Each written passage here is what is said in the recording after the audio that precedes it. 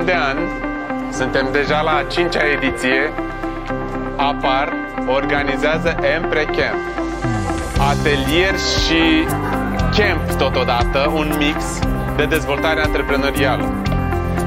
Ce facem aici?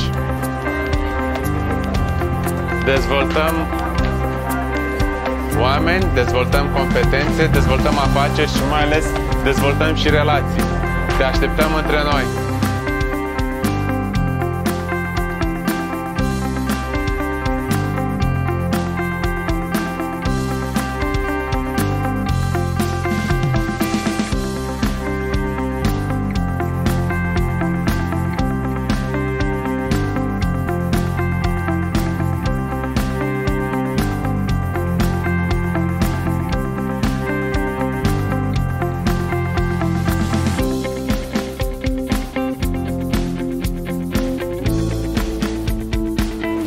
Asociația pentru Antreprenoriat din România a implementat în perioada aprilie-august 2022 proiectul Banii, o resursă a vieții echilibrate.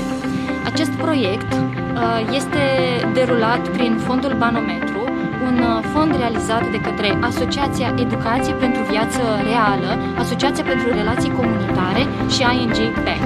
Am discutat despre valoarea banilor, despre ce înseamnă să-ți faci un buget eficient, balanța dintre cheltuieli și venituri. În cadrul acestui proiect am organizat 5 ateliere, atât în format fizic cât și în varianta online. Au beneficiat 101 persoane de activitățile desfășurate, iar după aceste ateliere, 27 de persoane au participat la sesiuni individuale de coaching financiar. În cadrul acestor sesiuni au avut posibilitatea să-și creeze un plan personalizat pentru problemele cu care se confruntă la nivel financiar